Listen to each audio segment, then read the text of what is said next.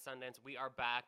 Big treat for us. We have the cast and filmmaker of The Miseducation of Cameron Post. I just saw it. I'm still recovering. Such a beautiful movie.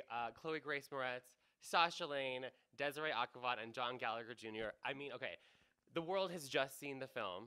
The whole world. What is going through your mind right now? Like, I mean, are you like? Go first, Chloe. I don't want to talk right now. Sure. You're still recovering. Yeah. Yeah. I'm elated. I am so proud of this beautiful picture we made together, and to hear people laugh and gasp, and to hear the little faint cries, and to see people feeling the same emotions that I felt when I first saw it. It just is wonderful, and I hope it was as impactful as we hoped it would be. Desiree, now tell me about, I know this is your second time at Sundance. Tell me about why this was the movie that you had to make. I had loved this book for years, and I had stacks of them. I'd give them as gifts whenever it was someone's anything. And everyone who read it loved it. And it was my ex-girlfriend who said that you have to make this into a movie. And it lived with me for a long time. And I really, after Puppy Behavior, I thought, I read a lot of scripts and I took a lot of meetings, and everything reminded me of something else. And it was depressing. So I moved to London, which is where my co-writer and producer lives. And we sat for a year and developed things, and I slept on her couch, and I just thought, I want to tell a story that hasn't been told before in a way that doesn't feel like taking your medicine. I want you to fall in love with these kids and have them feel like normal teens in a John Hughes film, and then have it become a horror film. Because the way that we treat gay kids now, before it was a period historic piece, but now it's contemporary, is horrific. John, I want to talk about your character because I don't want to reveal too much, but he has successfully gone through this conversion therapy. The one scene in particular when your character is so emotional and you just don't have the words to say. Take me back to that and everything that was going through your mind, because it was such a powerful moment between the two of you. Yeah, I think that scene is where, for the whole film, he's saying, "It worked for me, it'll work for you. It worked for me, it'll work for you." And he's the answer man, and the answer is always God. And I think it's maybe the first time as a counselor where he doesn't have the answer, and he's just finally at a loss for words because something so horrific has happened. And being someone, I think, particularly that has probably had those shameful thoughts and wanted to do harm to himself, I think it lands with Rick what actually has happened to this young boy that he's talking about, to Chloe's character. And it was so, it's a simple, for as lofty and heavy as it is, it was a beautifully and simply written scene. And when you're on a safe set working with like incredible people, it's a gift to be given a scene like that, and then all you do is just kind of cross your fingers and hope that you can do it justice and tell the truth. It was unbelievable. But for everyone out there, there are some really fun, happy moments. A lot of them are from Jane Fonda over here. That's her character. I'm not calling her Jane Fonda. I want to talk about your character, and especially the relationship between your two characters. It's from the moment we see you when you take that photo, it's like, I know you're going to be fun and crazy and wild. But so tell me a little bit about the relationship between your two characters.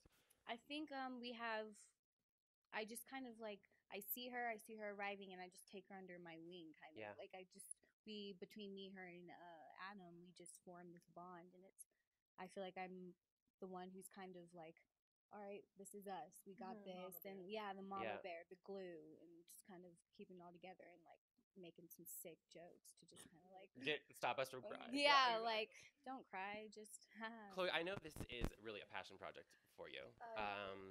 Tell me a little bit why this film in particular was something that you were so passionate about wanting to make happen and also star in it.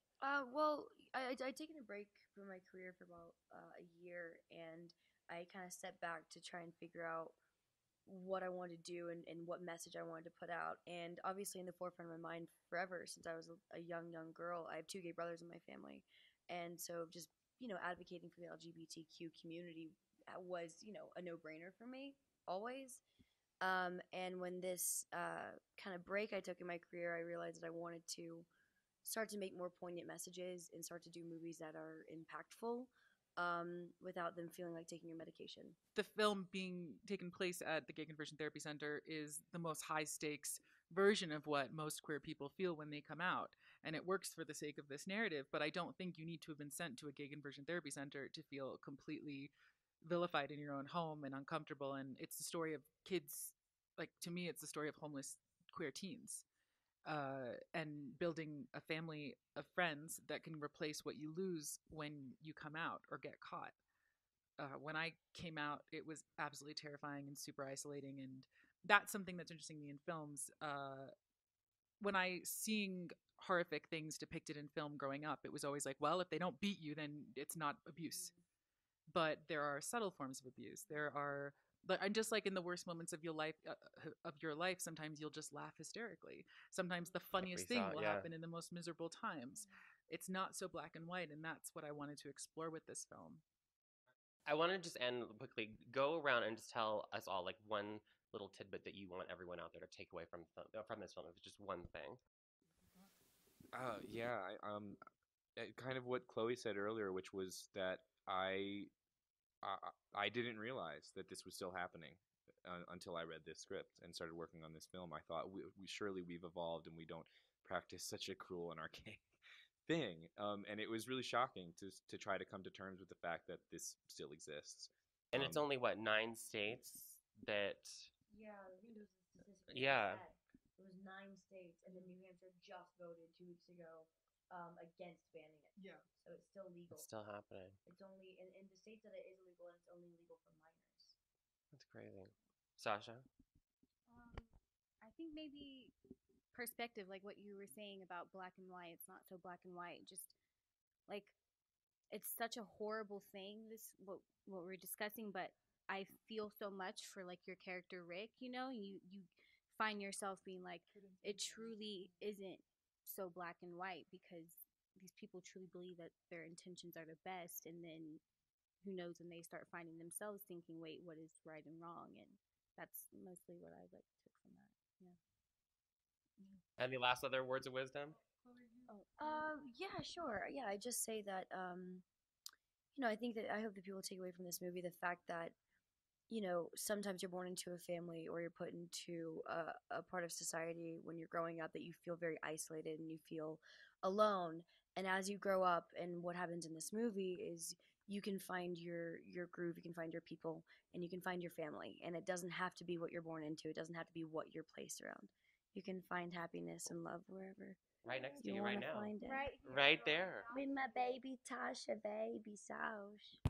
Well, I just want to thank you because it is an amazing film and you all have to go see it. So it just premiered at Sundance. It's seeking distribution right now, but I know we're going to see lots and lots of it. So thank you guys. Thank Have fun at the you. rest of your Sundance Film Festival.